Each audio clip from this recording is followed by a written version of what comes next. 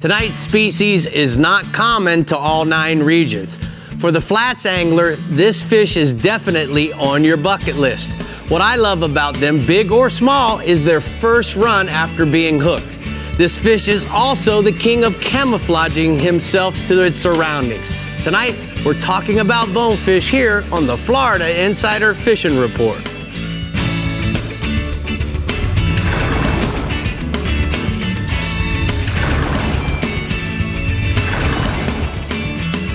Welcome to the Florida Insider Fishing Report, presented by Yamaha.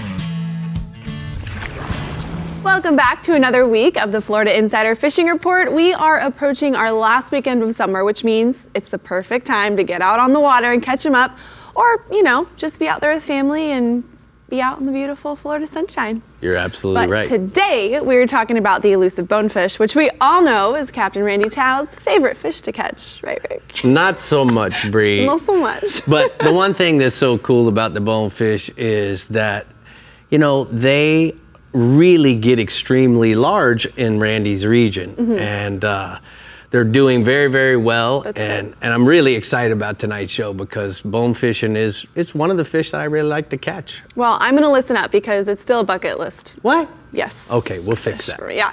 All right, well, in addition to our special guest from the Bonefish Tarpon Trust joining us today, we also have our main man over here at the CCA Workbench who's got quite the show for us today, don't ya? Well, you know, I'm going to pick Rick's brain about the bonefish. He actually filled up my bucket with the bonefish, and we went to Chubb, I think. Yeah, Chubb. Yeah, that's where we were at. I caught my bonefish over there. Nice. So. You're one and it's done. It's not one of the ones that I chase a lot, you know. No, but one and done, you're good? Yeah. All right. I got to get me a one and done. All right, without further ado, let's start our bonefish bonanza off in the Florida Keys, where Captain Randy Tao would like to do nothing more than catch up those beautiful slimy ghosts. Let's hear it, Randy. Oh, boy. Hey, good evening, fish fans. You know, here in the GARMIN Keys region, we have those slimy bonefish from Key Largo to Key West. And, you know, I'll just tell you something real quick with these things. It doesn't matter if you make a perfect cast or a cast that's 10 feet away. When they bite it, I'm always shocked that they bite it because 99% of the time they're going to spook and they're not going to bite it. And that's kind of the love-hate relationship that I have with these bonefish. And I have caught plenty. I've caught big ones.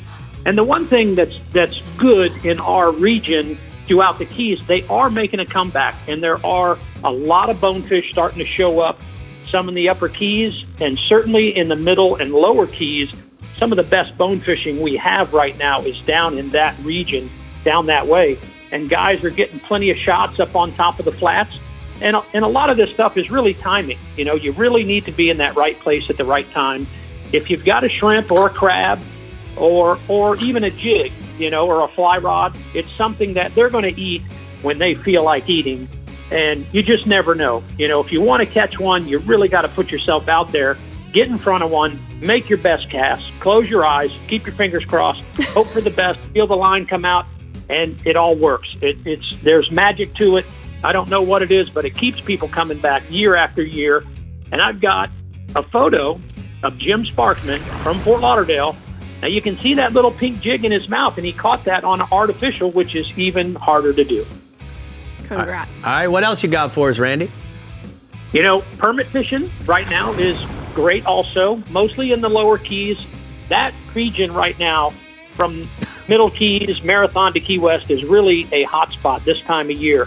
I love the September, October fishing down there for bonefish and permit. But if you look at your tide chart, and this is key, understanding the tide, and you want the incoming tide from the Gulf, so that's the Atlantic water heading toward the bay, and then the bay heading toward the Atlantic. And that tide in the backcountry is really important that you have it moving to find these permit, especially on the rocky edges of flats and some of these hard bottom areas there. These permit are going to get in, and also in the channels. You're going to find them floating and just kind of laying into the current. And sometimes there's some floating grass with some blue crabs in it, and you'll see them popping up on the surface, which is a lot of fun if you get that situation to happen. I've got a photo from Captain Donnie Bembo with his angler, Brandon, and their permit. They caught sight casting. Nice. All right, let's go offshore, bub. You know, the black grouper this time of year, along with a lot of our bottom fishing, is really good. But grouper, especially the black grouper this time of year, if you want to fish for them, you can target them on the edge of the reef. They're underneath the yellowtails. Sometimes you hook a big yellowtail and you lose it. You think it's a shark. Well, it's a 35-pound black grouper on your 10-pound line and you can't catch it. Or you can fish some of the rocky bottoms or wrecks and structures out in deep water. I like to do that with live grunts. That's my go-to grouper bait. You can do it with speedos. You can also do it with ballyhoos, but it seems like a live grunt is really going to get the job done. And you want a pretty heavy rod to keep that fish from going back into the structure on you, because that's exactly what they're going to do when you come tight. I was talking to Captain George Campbell. He's one of the best down here, and he really does a lot of reef fishing, especially grouper fishing. And I've got a photo of his angler, Glenn Horton, with a nice big black grouper. Wow. Nice. Boy, I'm thinking grouper fingers right now, but we do need to talk about some mahi. So what you got, bub? There's a bunch of them right there. You know, the dolphin right now aren't very far offshore, 300 to 400 feet. They've been in shallow. That's the nice part about this time of year.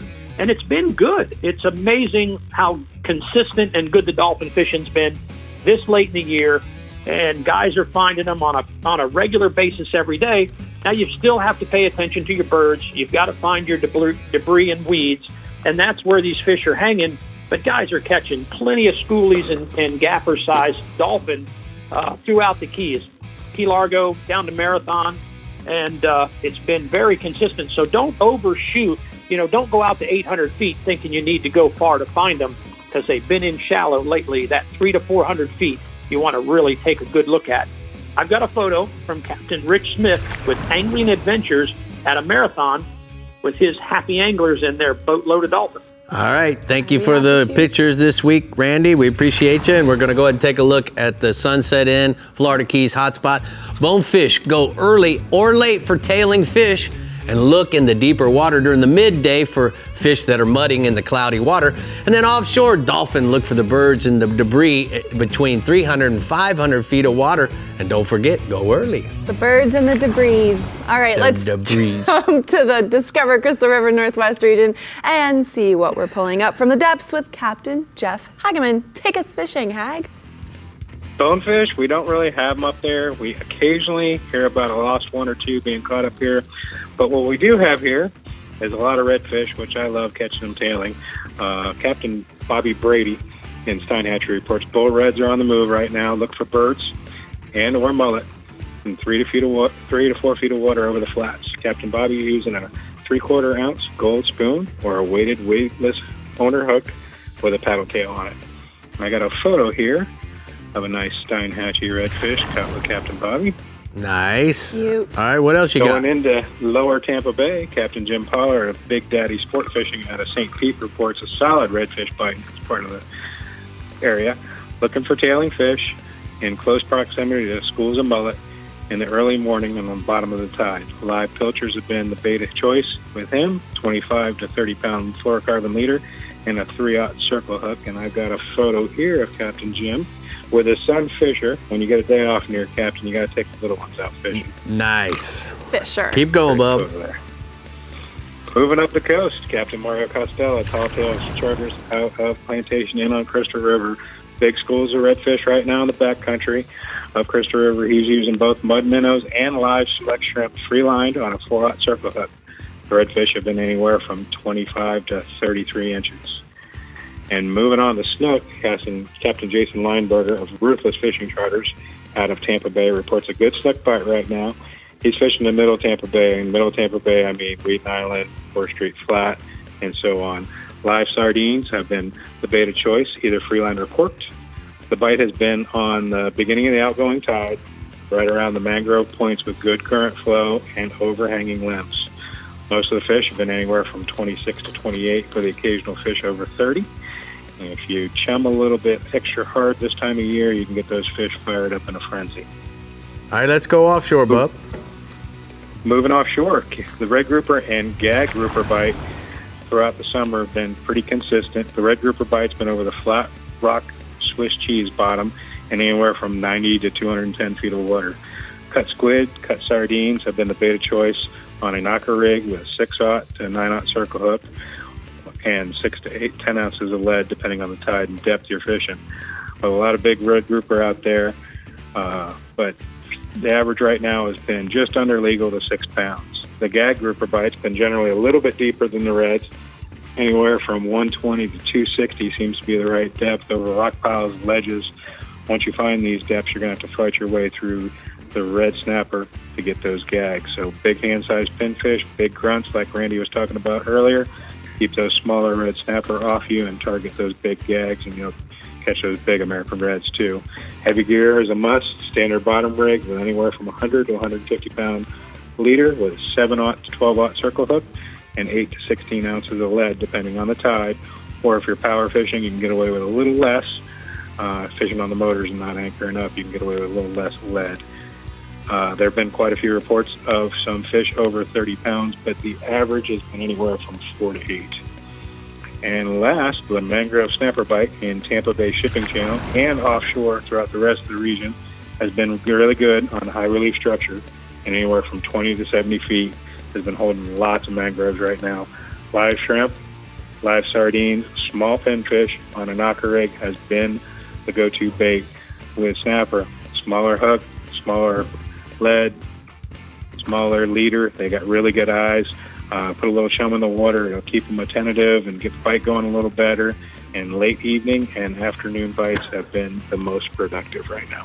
All right, thank you so much, Hag. We're going to go and take a look at the Alta equipment hotspots from the Northwest region. He says inshore, snook on the beaches and in the passes use pinfish or grunts for bait. And then offshore, mangrove snappers can be found on high relief structure in 25 feet of water and out over high relief structure, as he said. Okay, bonefish lovers, we're making long casts to the CASA VIEJA Southeast region when we come back. But we're taking a look at the CCA workbench first and seeing what kind of rigging and techniquing questions Dave has planned for Rick. Well, that long cast has a lot to do with it you were just talking about. Oh, Rick's yeah. going to tell us how to cast a shrimp a long way. He can't That's do that. what you need to do to catch a bonefish. Just kidding, he totally can. We'll be back. Give me a look. Don't you test me. The Florida Insider Fishing Report is brought to you by Yamaha. Reliability starts here. Contender Boats, always in the game. Noble Air Charters, raising the bar yet again. Rodan, set it, forget it, catch more fish. Sirius XM Marine, weather, fishing info, and channel surfing. And Daiquiri Deck, Sarasota's favorite place to meet. Reliability. Yamaha is legendary for it. But it's more than a legend. It's something boaters have come to value. Why? Because it's rare. Because in this fast-paced, single-use world, few things are built to last. So when we find something that is, we hold on for dear life, to friendships, to traditions, to outboards. Because it's the lucky few who get to spend as much time on the water as they'd like. The rest of us, we look forward to those precious few days. That makes every second sacred. Every moment mean that much more. And it drives us to wring the most of every minute we get on the water, having incredible adventures, fighting the fish, making unforgettable memories. If you count on having this time, you need an outboard you can count on to power it. That's why boaters choose Yamaha for the long run, for life. Because reliability starts here. What started in the flats and bays has migrated offshore. GPS-guided trolling motor technology has moved to boats in the 35-plus foot class and allowed anchoring capabilities on most center consoles in any depth of water, from snook and redfish inshore to grouper and swordfish way out deep.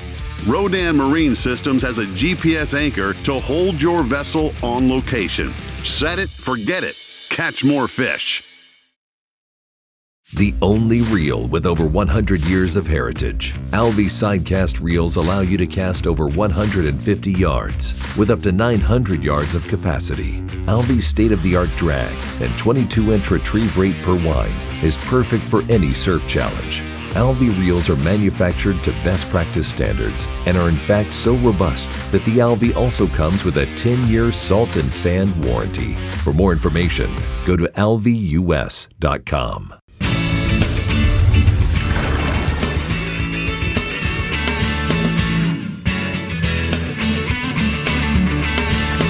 Well, Dave, we're here at the CCA workbench, and it's time for the Academy Sports and Outdoors Rigs and Techniques. Well, we're talking about bonefish, and bonefish is synonymous with Florida, kind of like the tarpon and the sailfish. If you want to catch one, you got to come here, and the Keys and Biscayne Bay are probably the best places to catch them, in the United States, and certainly in Florida, there's no other better place to catch them. For sure. They don't get away from there very much.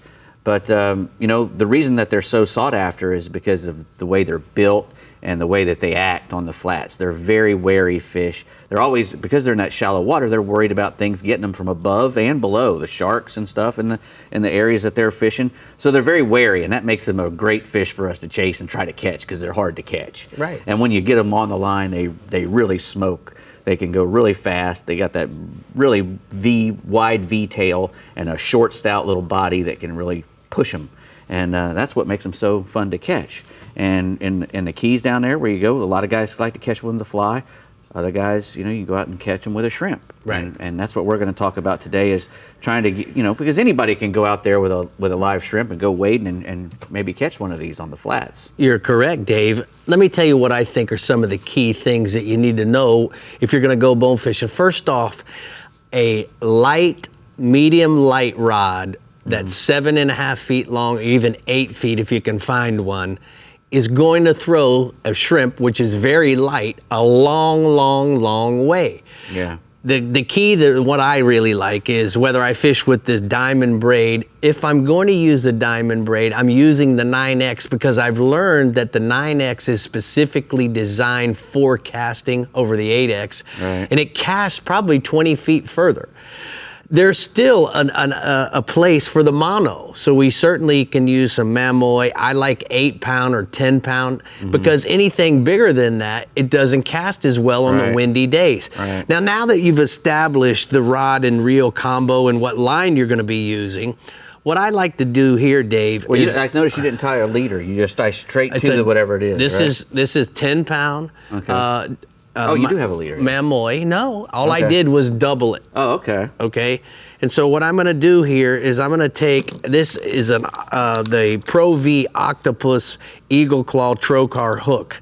I love it because I use this as a 4.0 here for the sake of TV. A 2.0, even a 1.0 is the perfect thing. But look, Dave, the reason I like this is I'm using a split shot to keep it from skimming on the surface with the current, because the shrimp always wants to fall down current, and so it's sitting in there on the bottom looking up like this as the bonefish goes over. What I like about this is if you see the shank of this hook is flat, so it's going to be laying in the sand with the point exposed. So how you would typically hook this, if this was a shrimp, a live shrimp, was we would go in the tail in here, and we're going to thread it on like if we were doing a Texas rig worm. We're going to come back out like so, push the split shot up like this, and we're going to get up on that soft flat spot. You see that flat spot? Pushing that into the carapace. I You see? So now watch. When I push this through, it's going to actually lay nice and straight and flat, and we always just barely make the point stick out. But if that was a real shrimp, we're using the fish bites, you would want this like this. Some guys bite the tail off. I learned from fishing with Croker all those years, he doesn't like to bite the tail off because he believes it kills the shrimp. Oh, I imagine it would. The other little thing you're gonna do is just slide that split shot down, but now we're ready to go. As you're being poled or as you're poling along, make sure that you keep enough line out of the tip of the rod, like about so, put the rod tip down, and then it's hanging there in the water. Don't keep him out of the water. He'll last a long time. You can go from spot to spot. Plus he'll dry out. Right. And, you know, remember this, when you hook one, fish it with a light drag because he's going to make a long run. If you'll elevate your rod as high as you can, you're taking that angle of the pull point and raising it much higher because you're standing on the top of the deck of the boat, and it makes it harder for him to rub you off on the bottom. So keep that in mind. And then after that, just simply fight him and enjoy it, because it's a wild ride when you catch a big bonefish. They like to make a smoking first run, don't they? Yeah, man. Good on you, man. What do you think, Brie? I'm ready to go catch one. I think bonefish get your bonefish. The CASA VIEJA Southeast region definitely won't disappoint, like they were just talking about, if this is your target species this weekend. So listen up to Captain Jimbo Thomas for all the deets. Hey, Jimbo. Hey, Brie. Hey, Rick. And hey, Dave. Yep, we do have some fantastic bonefish in here in the Southeast region. Now, north of Government Cut, bonefish are pretty much an incidental catch. But as you get further south, basically Government Cut south, and also the inside and outside flats from Government Cut south to Angelfish Creek, and also in Biscayne Bay, they offer some of the best bone fishing in the world. Now, like Rick said, 8 to 12 pound spinning tackle. If you want to go straight mono, you can. You can also go up to maybe a 15 or 20 pound fluoro leader and a 2-0 hook. That's your basic setup. Or you can go with number 8 or 9 weight fly rods with crab or shrimp pattern flies. Now, pink or brown skimmer jigs in 1/8 ounce to 1/4 ounce. Those also work well, as do those weighted shrimp and small live crabs.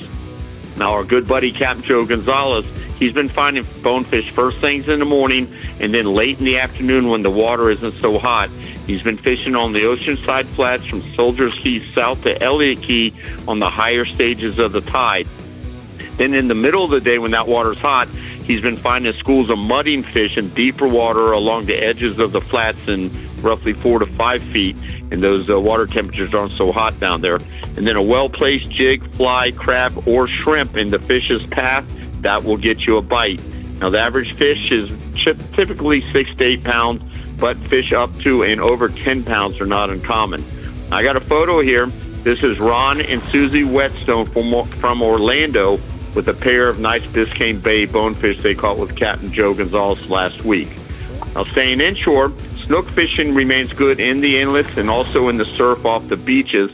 In the inlets, you want to fish live baits, live herrings, pilchards, pinfish, or croakers, or you can bounce jigs or soft plastics along the bottom. Evenings is when they're going to bite the best. Now, the snook, they've been biting on both tides, but the outgoing tide seems to be a little better, mainly because the water has been a little dirtier. Now, the fish have also moved off the beaches. They're being caught from both boat and by shore. And if you want to try fishing from the shore, walk the beach early in the morning or late in the afternoon. Cast green and white Bass Assassin 4-inch jerk baits into the trough just off the beach. And if it's calm, you can sight fish those fish cruising in the surf. The smaller fish are roaming in schools. The larger ones have been singles or pairs. Now, moving offshore, we've got some kingfish along the edge of the Gulf Stream in 90 to 180 feet of water. Down in the south end of the region, we're only getting a few king bites, but to the north around Hillsborough and Boynton Inlets, the bites have been much better. Fishing with live pilchards, herrings, goggle eyes, under the kite, or on flat line. Captain Art Sapp says that most of his king bites have been out in the deeper water, and he's fishing the north end of the region. And you can also catch these kings trolling the planer with a pink sea witch and a bonita strip that's been getting bites, and most of these kings have been in the 10-pound range with a few fish up to 25 pounds. Now, a little further offshore, we're still finding dolphin pretty much every day, anywhere from 5 to 20 miles offshore. Anything floating has been holding these fish, and they've been roughly in the 5 to 10-pound range. There have been birds working over most of the fish and over those floaters, pointing them out for us. So catching those fish is the easy part. You just got to find them. Now, trolling rig ballyhoo, small lures, and feathers, that's been working. Once you locate the fish, you can cast small live blue runners, pilchards, orcup, bonita, and ballyhoo on your spinning rods. And also, if you find a good floater, there's been some wahoo hanging underneath those. All right, thank you so much, Jimbo. We appreciate it. We're going to go ahead and take a look at the R&R tackle hotspots from the CASA VIEJA Southeast region inshore. Get on the flats early before the water heats up and cast live crabs or shrimp to tailing and cruising bonefish and permit.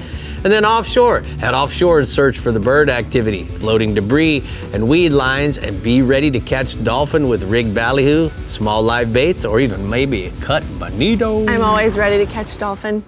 Yes, you are. They just come to me. That's your fish. It's my fish. All right, with nearly $500,000 in prizes and scholarships, close to 100 days of fishing, and over 6,000 anglers competing, let's make no bones about the fact that the CCA Florida Star is the biggest fishing competition in the state. And yes, you can enter bonefish in the competition, even though the iHeartRadio Tagged Redfish division is the signature division. There are 16 other divisions and so many ways to win. Just this past weekend, a registered angler caught a past year's tagged redfish and won a $1,000 cooler prize package for sending in his picture of the 2018 tagged redfish. It's pretty cool. With just 2 weeks of Star left, you can register by going to ccaflstar.com. How about that? Let's go. We're feeling bellsy here on the Florida Insider Fishing Report as we head to the Bells Central East and Bells Southwest regions next. Plus, we're talking with our friend from the Bonefish Tarpon Trust when we return. So stay stealthy and stay hooked. We'll be right back. All right.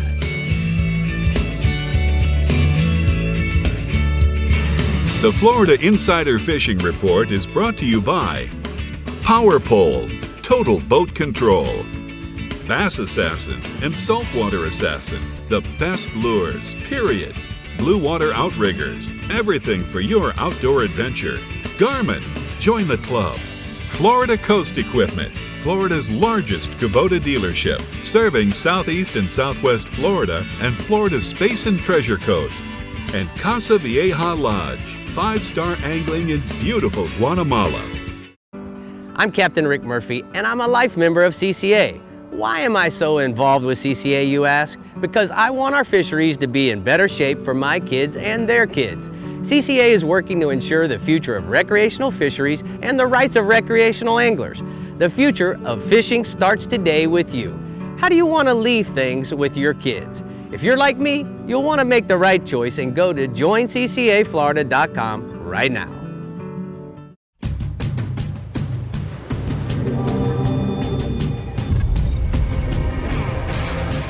Real Legends Performance Clothing. Everything you need to be comfortable on the water all day long. Keeps you cool, dry, and protected from the sun. Durable performance technology at an unbeatable value. Shop anytime or go to reallegends.com to find a Bells store near you. Every year, Noble Air Charter flies over 20,000 outdoorsmen and families just like you, economically, to over 300 Bahamian and Florida destinations.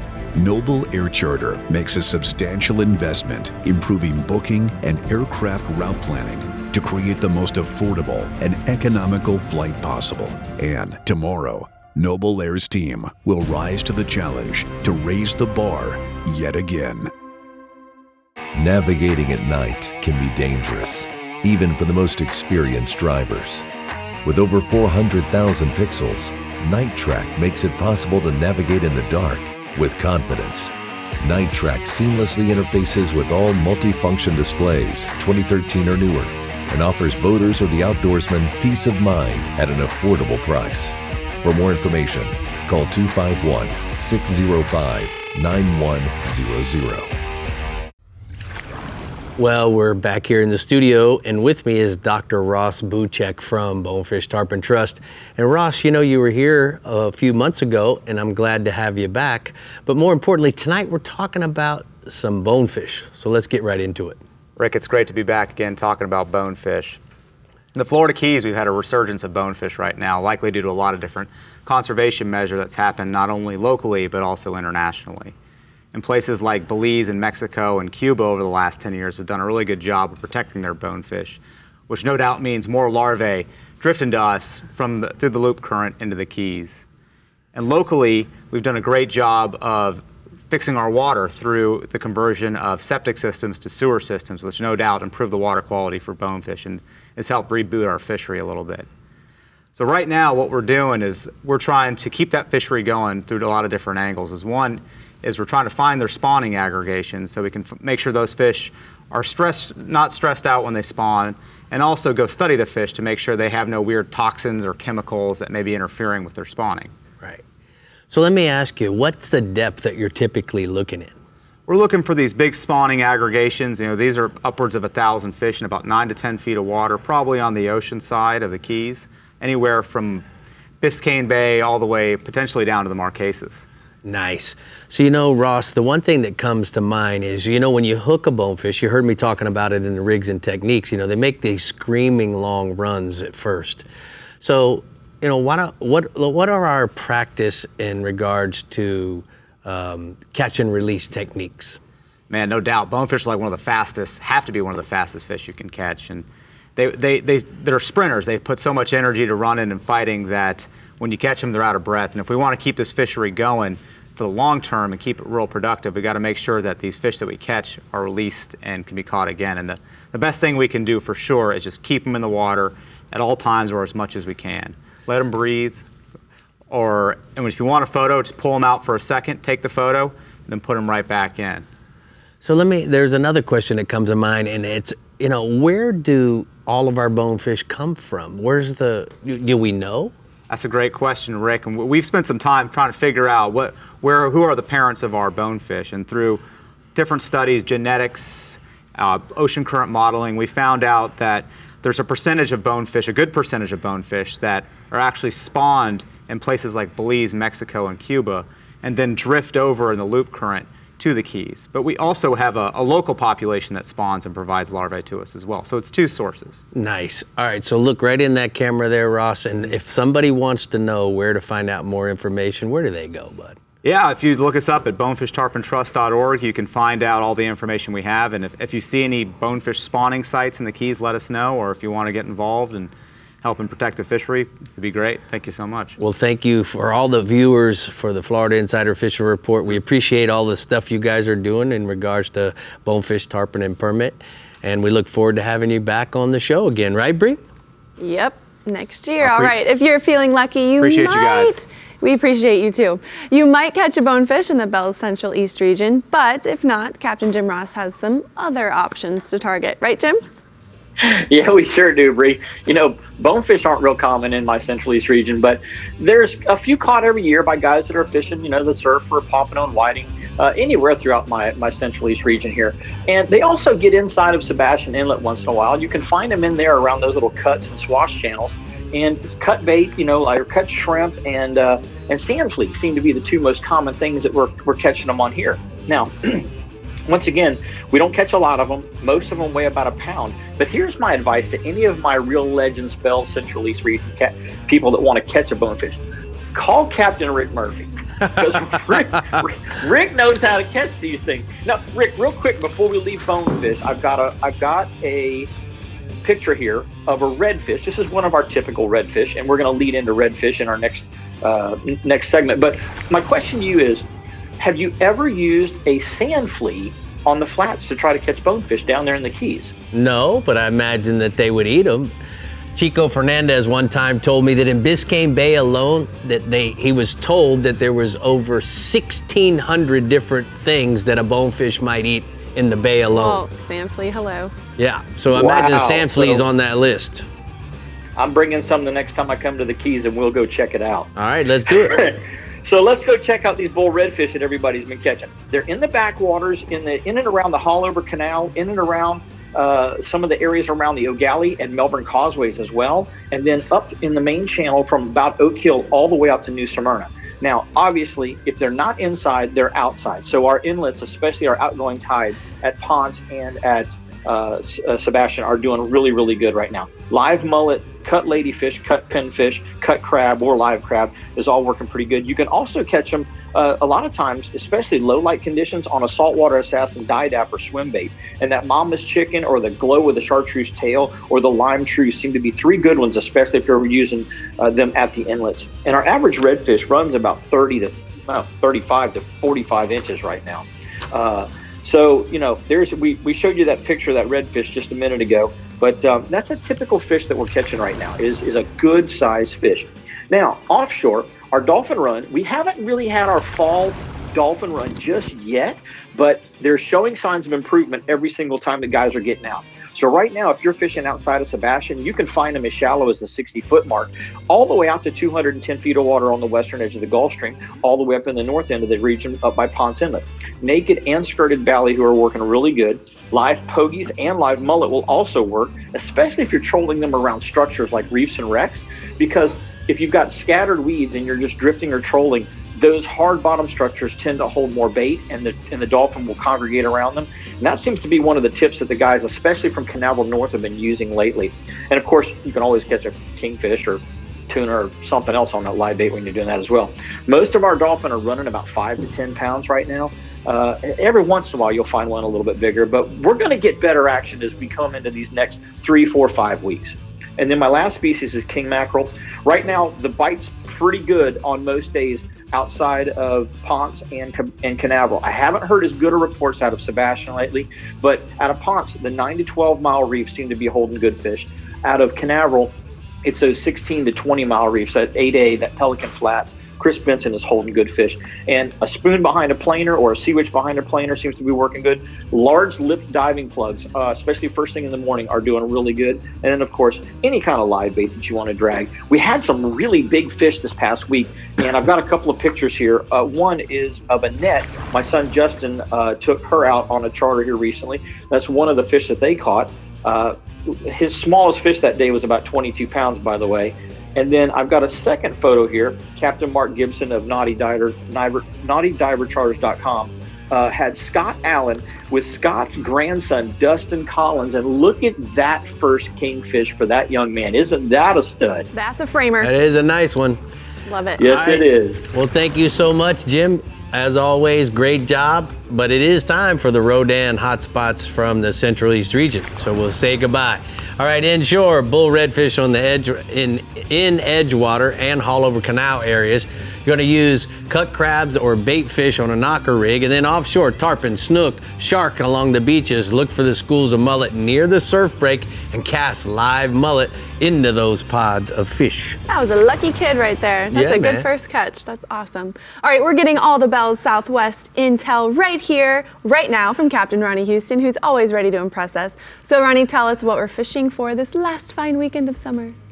Well, you know what, Brie? First of all, thoughts and prayers go out to all those people affected by Hurricane Sally. You know, me and Rick have enjoyed plenty of great fishing and hospitable stuff from them people up there, so the thoughts and prayers go out to all them people up in that area. But you know what? We don't have bonefish in the region, but we got redfish, and the bite still remains consistent for reds throughout the region, despite the passing of Tropical Storm Sally over the weekend here on the southern end. Now, south from Pavilion Key to Cape Romano for numbers, on the outer Gulf Islands, especially on the higher stages of the tide. We want to concentrate on points with current, deadwood, blowdowns, and areas with hard or oyster bottom. Now, to the north, the East Wall, Smokehouse, Mount Lachey, and the independent islands out in front of Pine Island Marina. And up in them areas right now, guys are telling me they're using cut ladyfish, cut mullet, cut pinfish, live pilchards, and live pinfish as well as a number of artificials right now. It's been pretty good up there, like lipless subsurface 6-inch 2-foot lures, gold spoons, but the soft plastic Bass Assassin Sea Shads and Houdini, white, root beer, and Copperfield, and the old top water walk the dog lures, especially if the temperature's kind of cool in the morning. And I got a couple nice pictures of a young boy who caught a nice redfish while fishing some schools up in Bull Bay.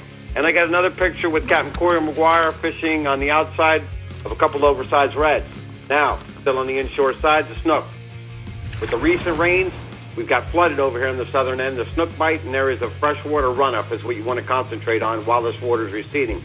Local weirs in the Naples area, as well as bridges, feeder creeks that dump out into the middle bays from Buttonwood Bay to the Barron River.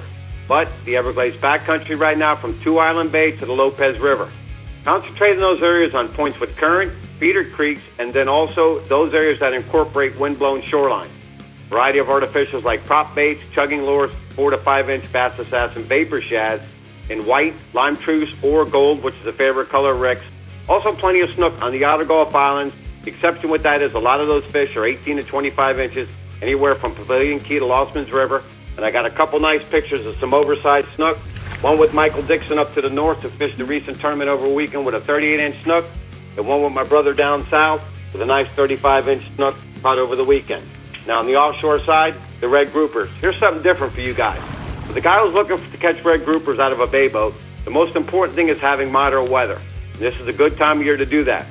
Now, Captain Brian Sanders usually fishes for red grouper this time of year and has been for the last few weeks with great success. Granted, you're going to catch a lot of smaller fish, but the more time you put in, you will find certain areas holding keeper fish.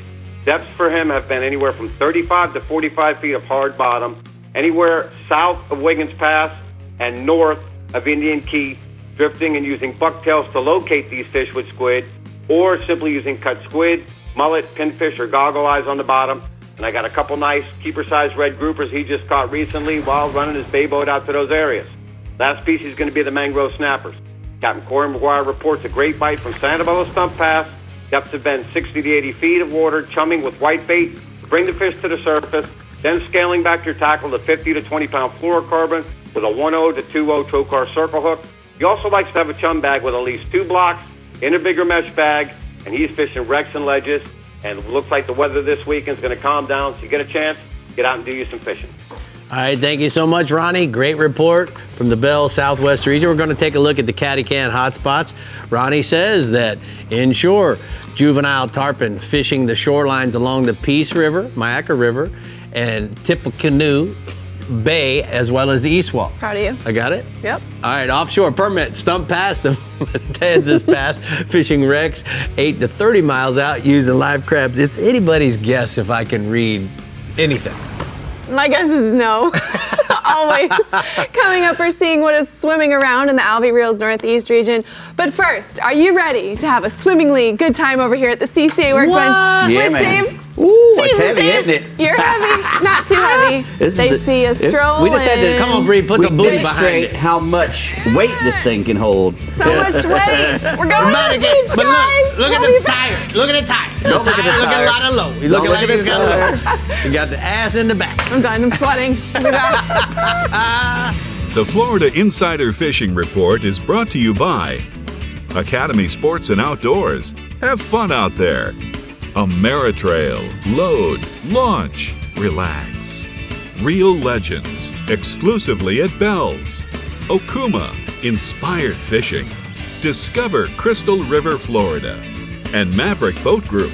Makers of premium boat brands Maverick, Hughes, Pathfinder, and Cobia. At the pinnacle of super high output, 4-stroke outboard performance, you'll find Yamaha VMAX SHO, Yamaha's game-changing SHO technology. From exhilarating V6 models to the sleek inline 4s, there's a VMAX SHO for everything from bass to bonefish. It's an extended family of 4-strokes engineered for lightweight, inspiring performance, and rock-solid reliability. Discover VMAX SHO and elevate your expectations.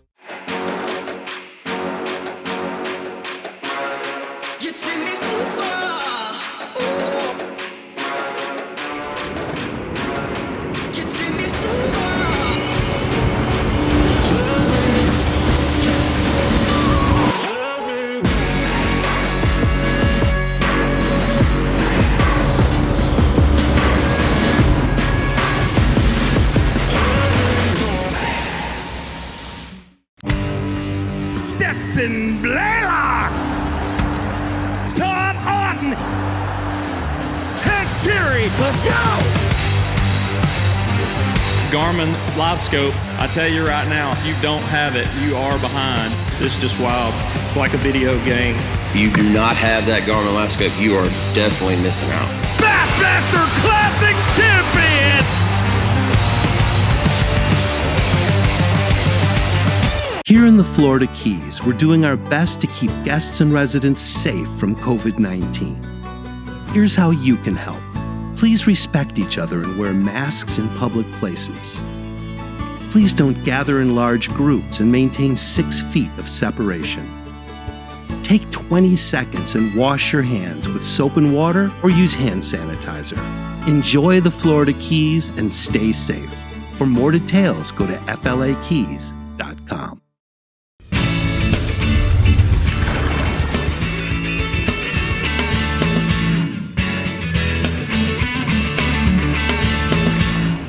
Well, we're here at the CCA Workbench, and we got some new products, Yes, right, sir. Dave? And we're actually pairing the watch to my phone as we Correct. speak, which That's is pretty really cool. kind of cool. Yeah, that's the Garmin Quatrix 6, and it connects with any compatible Garmin chart plotter, and it streams data to your watch from any of those other your plotters or whatever. You can have an autopilot connected through your phone.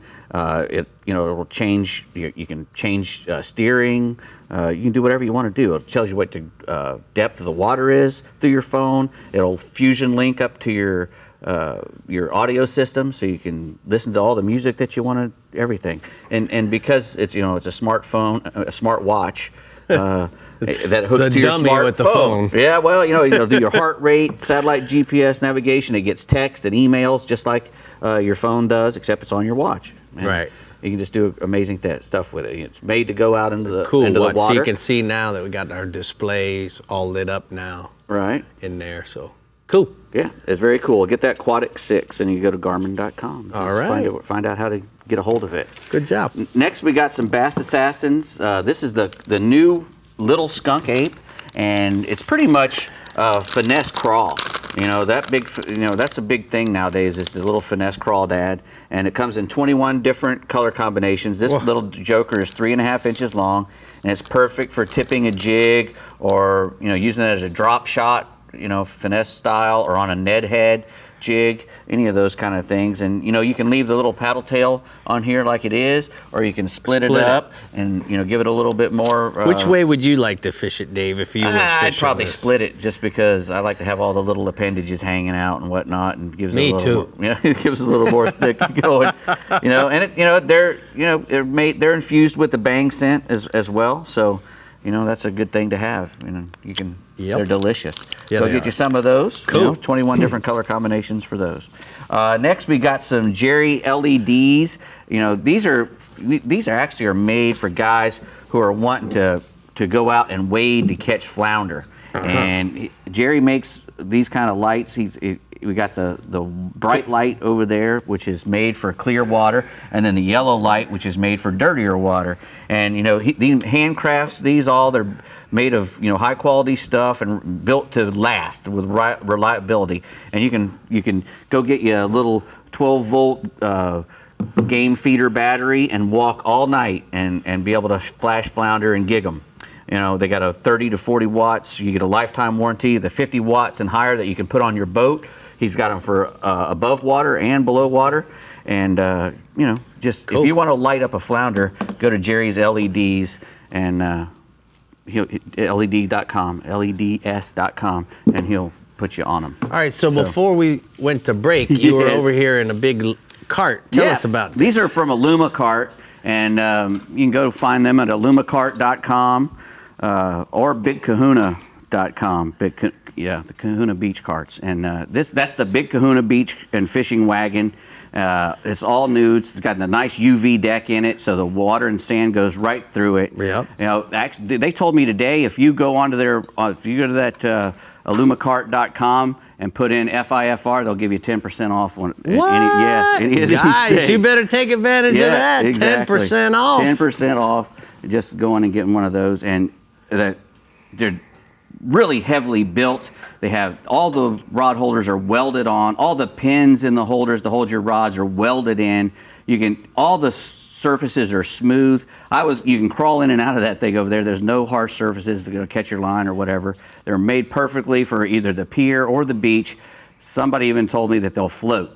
I mean, I would believe it with these big with tires. those giant tires. They hold 350 pounds. I think that one over there weighs 75 pounds, and this one weighs 50.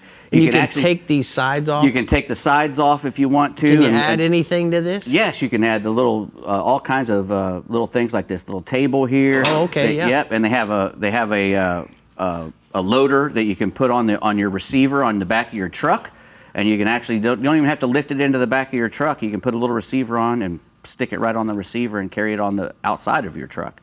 So, this one comes with all these rod holders. This one comes with 4, but you can get them all the way up and down the side of it. I think they can fit like 16 rod holders on that if you wanted to. So Bree, when you and I and Dave do a Pompano show this coming year, yeah, for sure, we got some carts now, baby.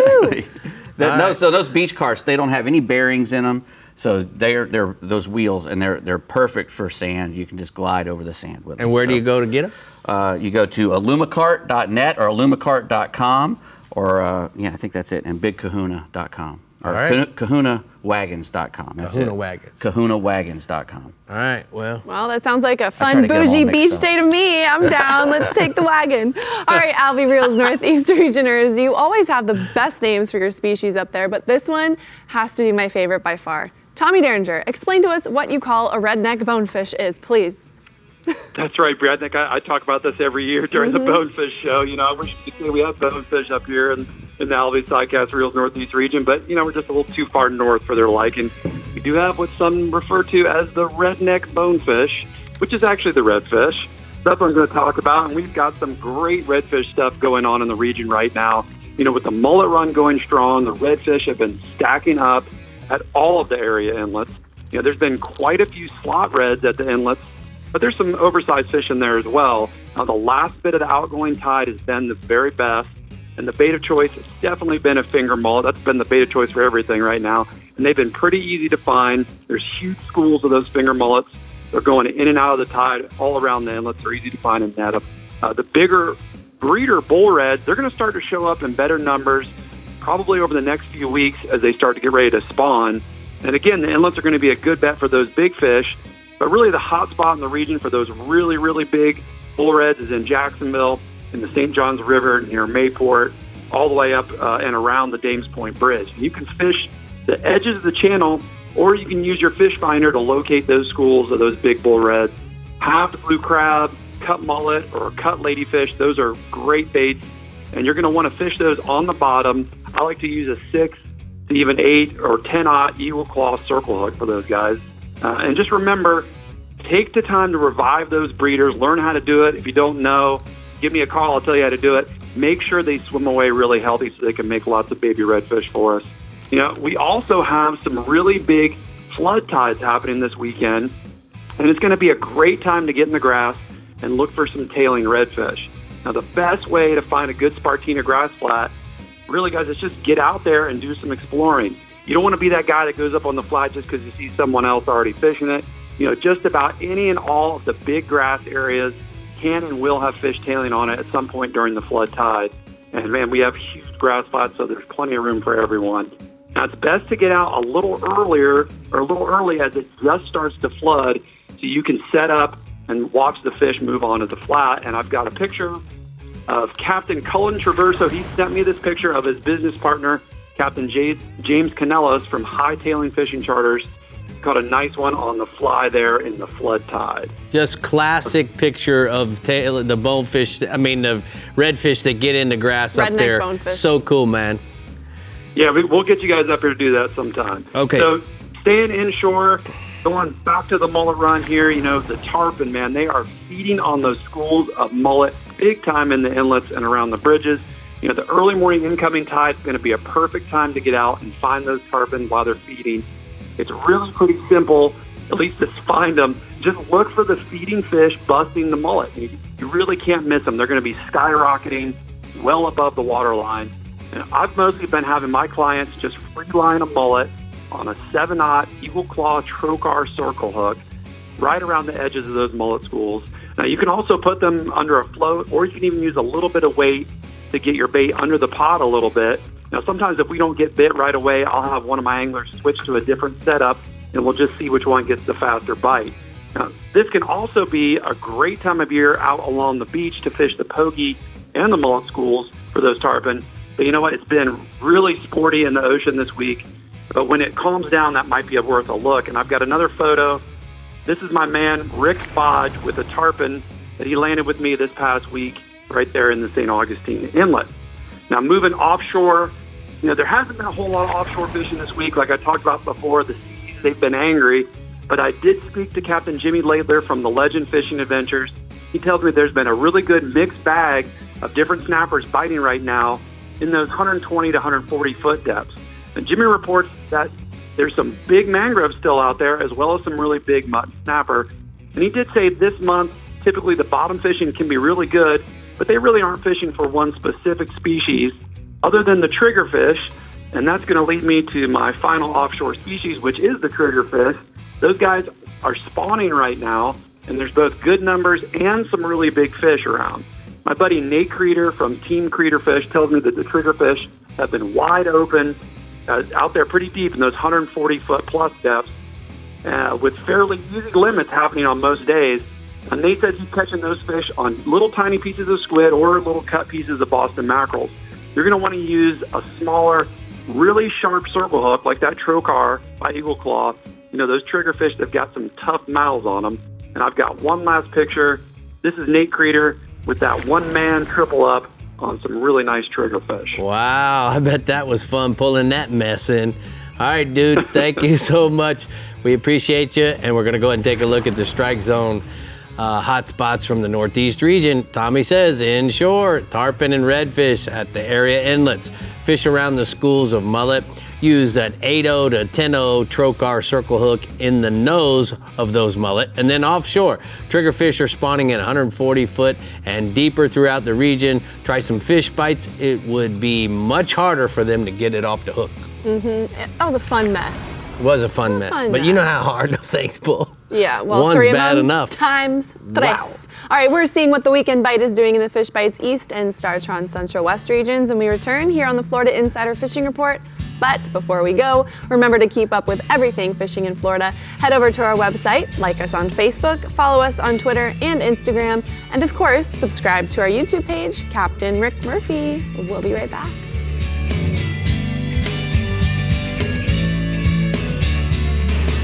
The Florida Insider Fishing Report is brought to you by STARTRON, cures and prevents ethanol fuel problems.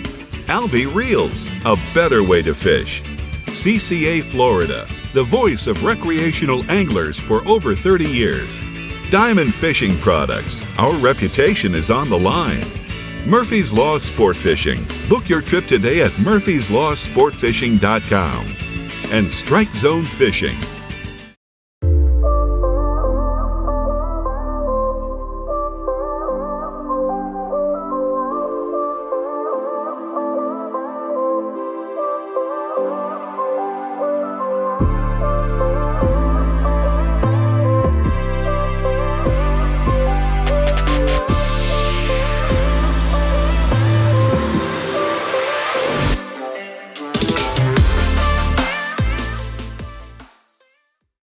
Finding a shoreline is easy.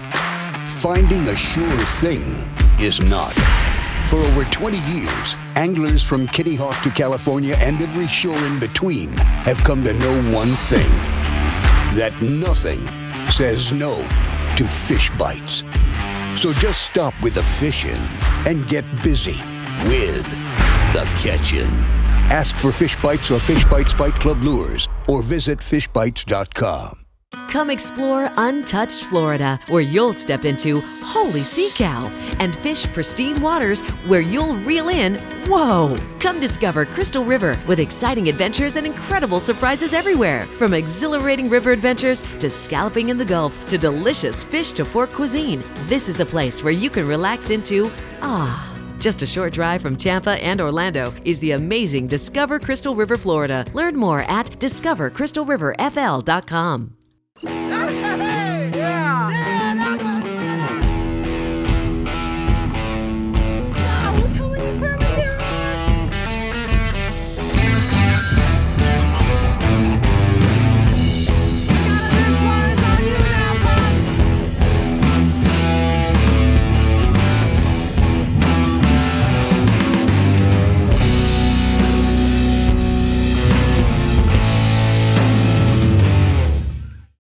As an organization, the Florida chapter of the Coastal Conservation Association continues to be extremely busy, leading a record number of habitat restoration and artificial reef projects around the state.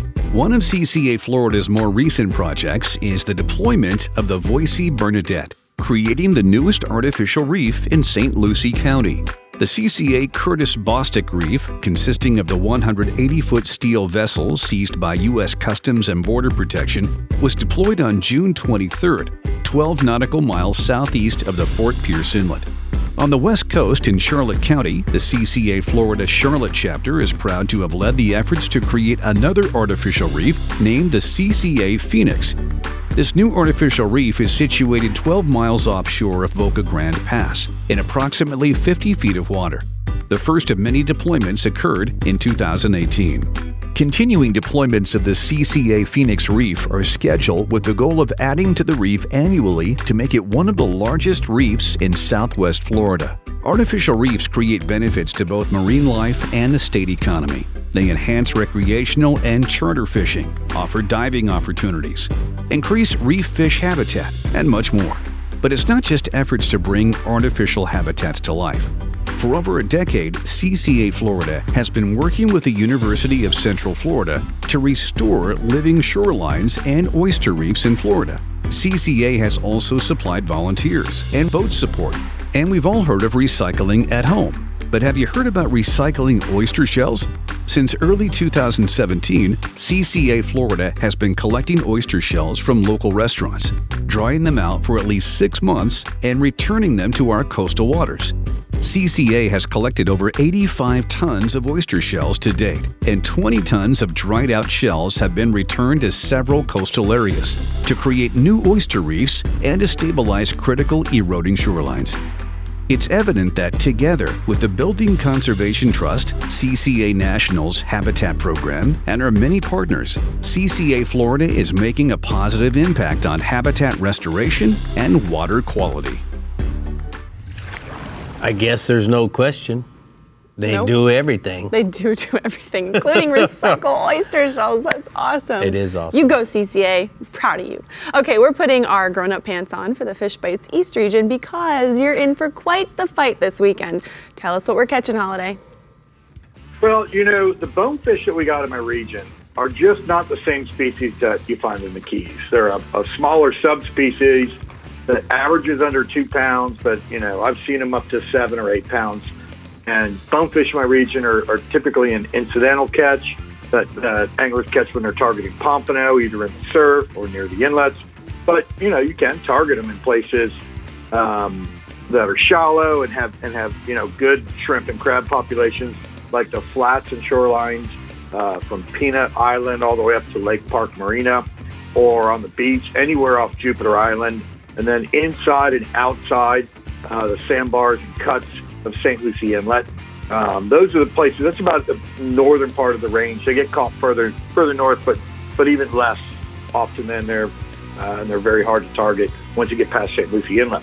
On the beach, you can target them with sand fleas or a fish bite shrimp or crab strip on a standard pompano rig, or you can fish a small shrimp and jig head combination. Inshore, you want to look for that clean water.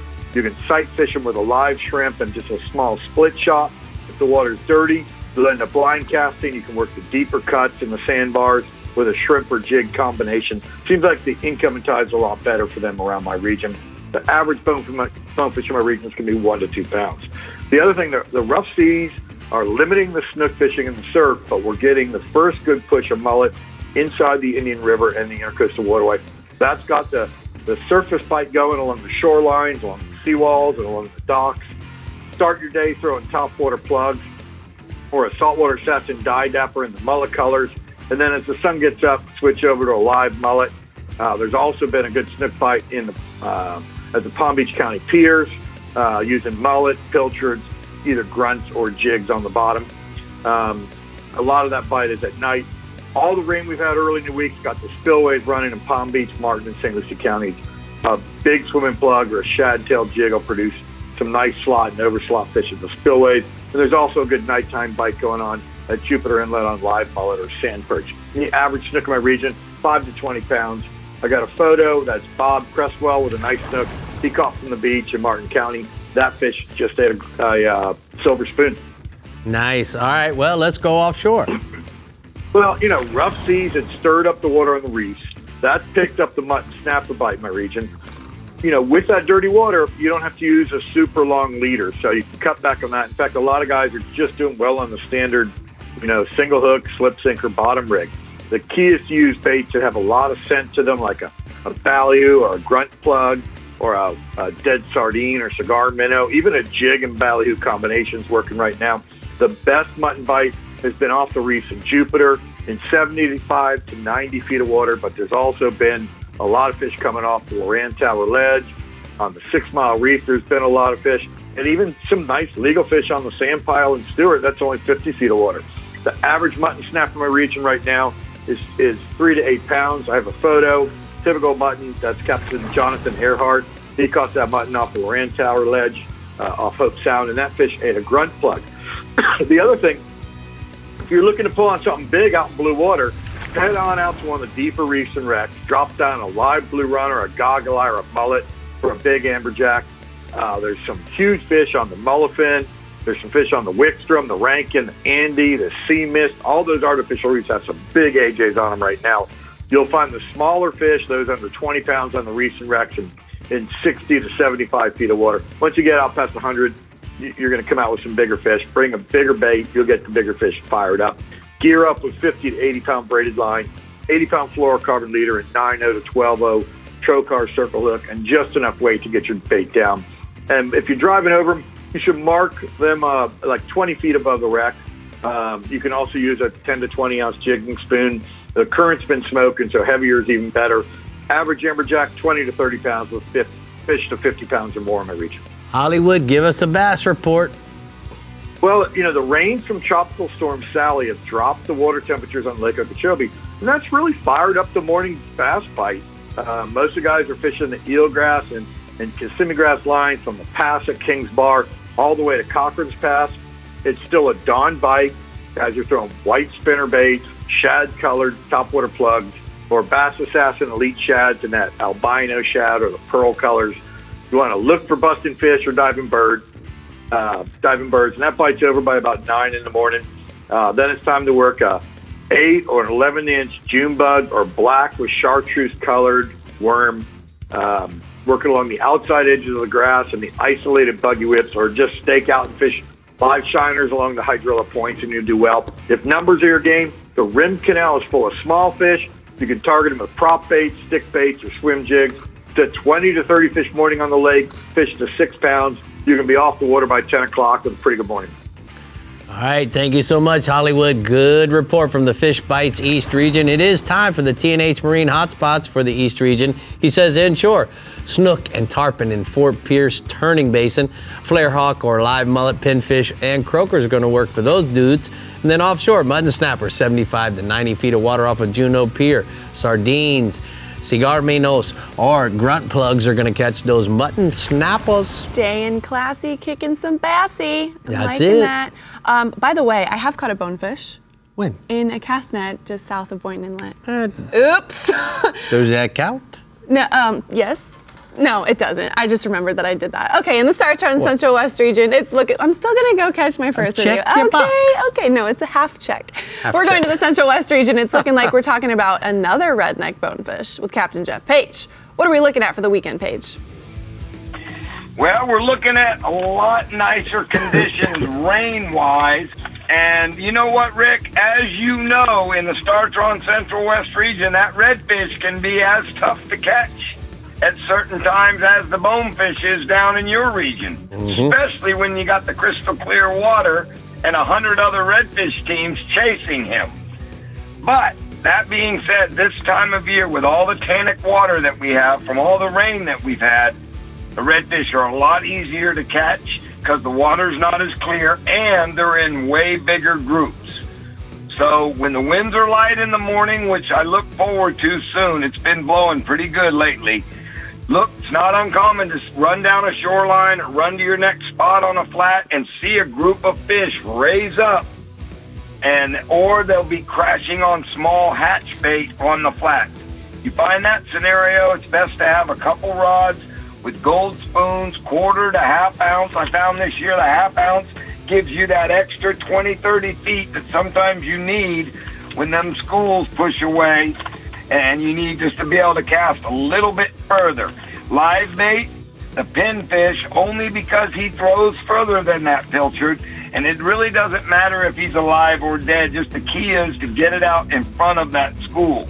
Now, some of the areas I like to fish this time of year are anywhere from that Manatee River north all the way up the Skyway Bridge, down Rattlesnake Key, Emerson Point, and even out front of Joe's Island. And then over on the other side of the bay, from Fort DeSoto around Tarpon Key, Conception Key, all the way back down to the tip of Anna Maria, and then down south, all the oyster bars and mangrove shorelines in Bull and Turtle Bay, and then that big flat out front of Widdens Creek on the higher tide. You're going to find those fish up on that flat. On the lower tide, look for them tailing on the edges. When they're tailing like that, it's nice to throw a soft plastic like a golden brim sea shad rigged weedless on a light piece of 15 or 20 pound fluorocarbon, or you could throw a chunk of ladyfish around the bushes and you're going to get the same result. The red fishing's really good this time of year, and I've got a couple really good pictures. First one of Eric Hernandez of Walt's Fish Market and Dylan McDonald of Mike McDonald's family. Happy birthday to Papa Mike. He just turned, I think, 60 this year, so it's all downhill for there. Second species, snook. I'll tell you what, with all the rain again, we've had the snook fishing's gotten good down in the creek mouths and the river mouths, and even some of your smaller creeks and canal mouths. Those fish are there feeding on forage coming out of those canals, and it's really been some good topwater fishing down around the mouth of the Mayaca River, all the way down that west wall to Cape Hayes Point. Look for the fish up tight on the higher stages of the tide or out in the potholes in the lower stages. Either way, you're going to be able to catch them. Topwater plugs, soft plastic work real good. And if you're using live bait, live pinfish, pilchards, or grunts work real well. You can cork them or free line them. I like my best time of year right now for throwing topwaters. Got a snook photo tonight of Paul Tipton with a snook he caught in Robertson Preserve up in Bradenton. And then shifting offshore, mangrove snapper, just like the redfish. You know what? That mangrove snapper loves the rainwater. Don't know why, but something about, I think it makes that water a little dirtier and he's easier to catch. Guys are bumping their leaders up to 25, even 30 pounds, and the fish have moved in as close as 60, 70 feet. And I'm talking about your bigger offshore mangs. And look for them on your machine. Like I heard Hollywood talking, they're going to be up high in the column above the rock. And then with a little bit of chum, you can get them up to the surface where they're a lot easier to catch, and you're not going to have them break you off down there. Anywhere in the whole region, look for that 70 feet of water to be holding the mangs. Got a really cool picture tonight of an offshore party boat mang on Hubbard's offshore party boat. And those guys get the job done up there. They're a little north of my region, but when they go fishing, they come down there all the way off of Venice. My last species tonight, amberjack.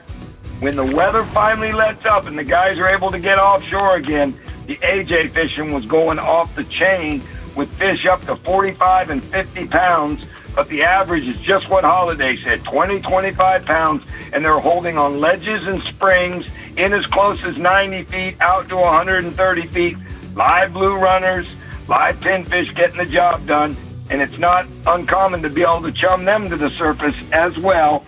And my last photo tonight is of a happy angler with Captain Tim Noe of Offshore Ventures out of Sarasota. All right, thank you so much, Captain Page. We're going to go ahead and take a look at the Daiquiri Deck hotspots. Page says, inshore, you're going to grab those redfish, and the schools of overslot reds are on the flats around Tarpon Key and Terracea Bay. Throw a half-ounce gold spoon or a live pinfish. And then offshore, red grouper, lots of quality red groupers holding on the hard bottom areas and 130 feet of water off of Venice. Live pinfish or even frozen sardines will work well on a standard bottom rig with a little honey, if that's okay. Honey? Honey. We're talking honey. Yeah, that's what he's saying. Honey. A little honey. Little honey, get you the bees. Okay, Floridians, we're headed to the very top of the state next, seeing what's biting in the Garmin Panhandle region. So practice those casts, and we'll be right back here on the Florida Insider Fishing Report. With some honey on the side. Honey. Come on, honey. Honey. The Florida Insider Fishing Report is brought to you by Yamaha. Reliability starts here. The Florida Keys and Key West. Come as you are. The IGFA, Fish for the World. Sportsman's Adventures, fishing for adventure. And BEALLS, everything you need to live life local.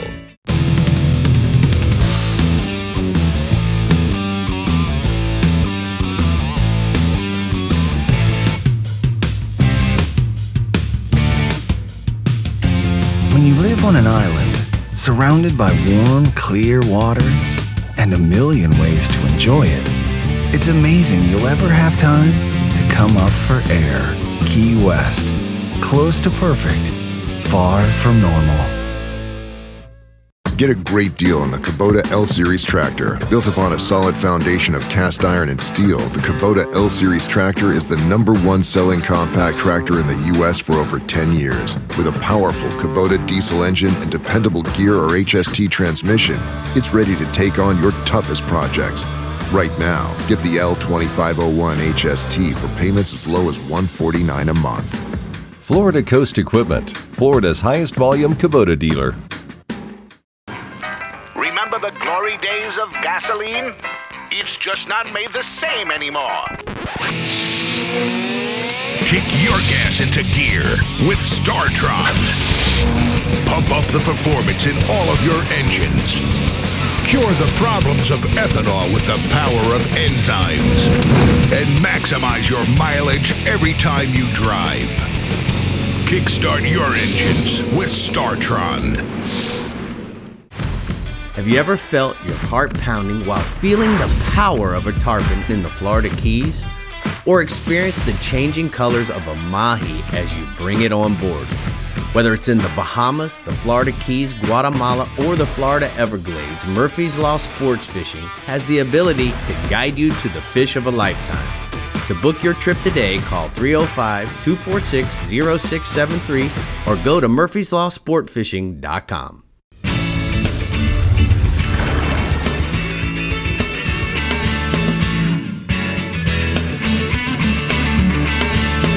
Today's power pole tip is about utilizing your power poles and making yourself fish more patient. Now understand, guys, it's really important that you utilize the power poles to slow your fishing down.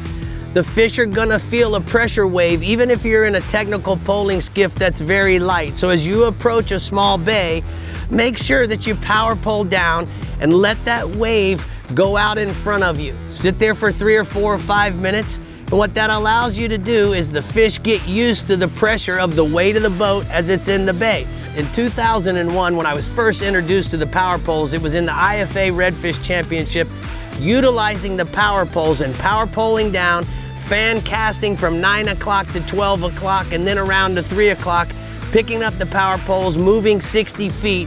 Utilizing that idea allowed us to come in 5th place in that championship, and that was my first exposure to what made power poles allow me to dissect a bay. So be more patient, don't be in a hurry, and that's today's power pole tip of the week.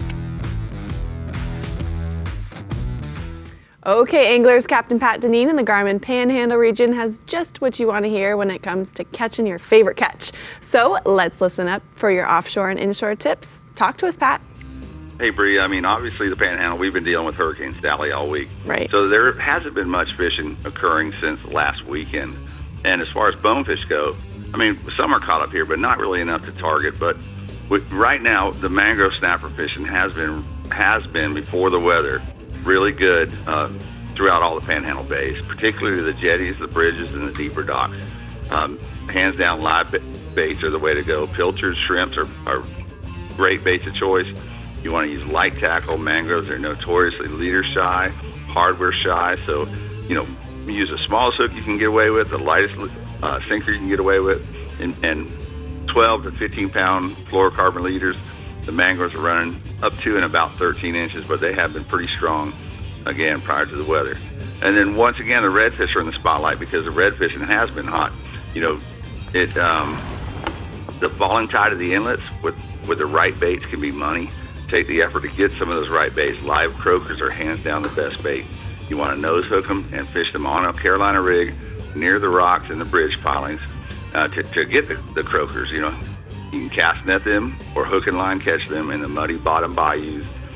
Spot minnows, pilchards, finger mullets, also great secondary baits. On the flats, you can fan cast lures ahead of your drift. Pay particular attention to areas with mullet, wading birds, creek outflows, really any indication of life on the flat. The redfish are running from puppy drums all the way up to big bulls, like the one in the photo sent in by Harry Madison from Full Beach. He's an avid stand-up paddleboard fisherman, and he caught this one last week. And I mean, that fish is so pretty. It looks like he's got a replica of a redfish laying on the bow of this paddleboard. All right. And then moving offshore, guys. Like I said, it's been very rough offshore, and it's going to probably be rough, up to about the weekend, and then it's going to calm down pretty nicely. But prior to the weather getting south, daytime sword fishing, it's become extremely popular, throughout the northern Gulf, and for a good reason. We've got light currents, good bottom features that create a really healthy fishery. The downside is it's a 50 to 60 mile run offshore, but if you're going to make the run, look for humps and channels in 1,300 to 1,500 foot of water. We use a sacrificial lead sacrificial weight at the hook. Usually we use a rebar and then 4 to 5 pound bank sinker well up the leader. Squid is a really good bait, but dolphin bellies, bonita strips, or other type strip baits are very durable, and they make a good bait, if not a better bait, in my mind. And there's a photo of Tim Klein with Team Recess out of Pensacola. They had a good day before the weather turned. I think they fished on Saturday. They made 2 drops, caught 2 really nice swordfish, both of them that same quality as the one in the photo. Wow. So, it has been on fire. And then finally offshore, for those without the means or the inclination to go that far offshore, near to shore, the king mackerel fishing has been on fire. They're catching them just outside the inlet and further offshore out to about the edge. S fishing has been a round structure like whistle buoys, bait schools, or rocks and wrecks. Basically, anywhere bait schools congregate, you got a really good chance of finding king mackerels. Slow troll live cigar minnows, herrings, pilchards. If you don't have the live bait, you can troll dead cigar minnows rigged with a duster or a large lip diving plug or spoon. The kings are running 8 pounds and up, with some very large ones also being caught. And finally, as we're recording this, it's still pretty nautical offshore. So I want to basically say, hey, everybody affected by this Hurricane Sally up here, we got blessed at my house, but others did not. So our thoughts were with you. And, once again, Panhandle strong. That's right, Pat. Hey, got a quick question for you. All this fresh water that you got, what's that going to do to your bay fishing? Man, it's going to push the trout down there closer to the inlets. I imagine that the trout are going to be probably just about to the inlet for sure. And then there's a really strong chance that because of the path of this storm that we're going to get a good push of gag groupers from the southeast. It's happened many times in the past when a storm takes this track. So it has potential to be good, Rick. All right, man. Good to hear. All right, we're going to go ahead and take a look at the hot spots from the Blue Water Outrigger Panhandle region. Pat says nighttime trout and redfish have been hot under the dock lights. Use live shrimp or minnows, and then offshore, hit the rocks and the wrecks for the Hurricane Sally gag groupers that he was referring to there, Brie. I mean, no. There you have it, whether you plan on fishing for the gray ghost this weekend or not. Our captains gave you plenty of options to get out there and enjoy the last official weekend of summer. So I hope you're jotting down notes, but stay hooked a little longer so we can tell you what we're targeting next week. We'll be right back. An entirely new species of extreme predator is moving offshore. The Yamaha 5.6-liter V8 XTO offshore outboard. Extreme big block thrust and power in the industry's first direct injection 4-stroke. Quiet, efficient, powerful, and proven Yamaha reliability. More than an outboard, it's a fully integrated power system. The all-new Yamaha V8 XTO offshore.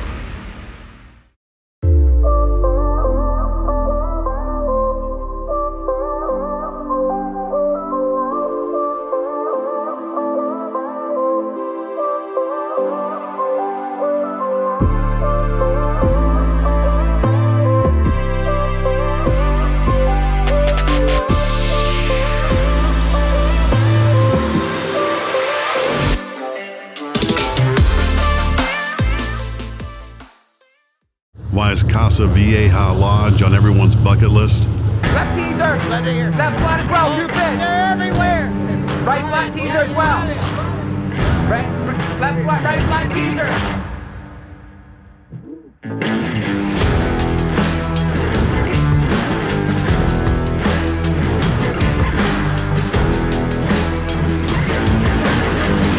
Come to Casa Vieja Lounge and check it off your list.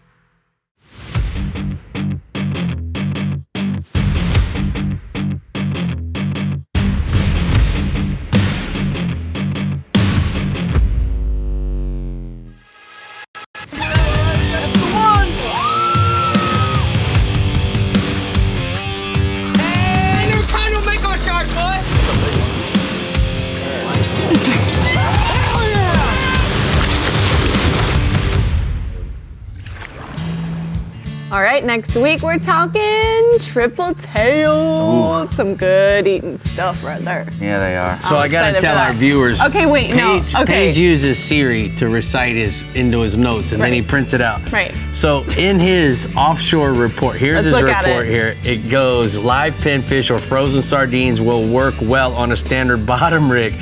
And because I was reading it, then it says, honey, where are you going? And then she answers him, obviously, and then he says, okay. So here I am, I don't know, You're I'm putting just honey reading. on a standard bottom rig. I'm putting honey on a standard bottom rig. What y'all think about that crap?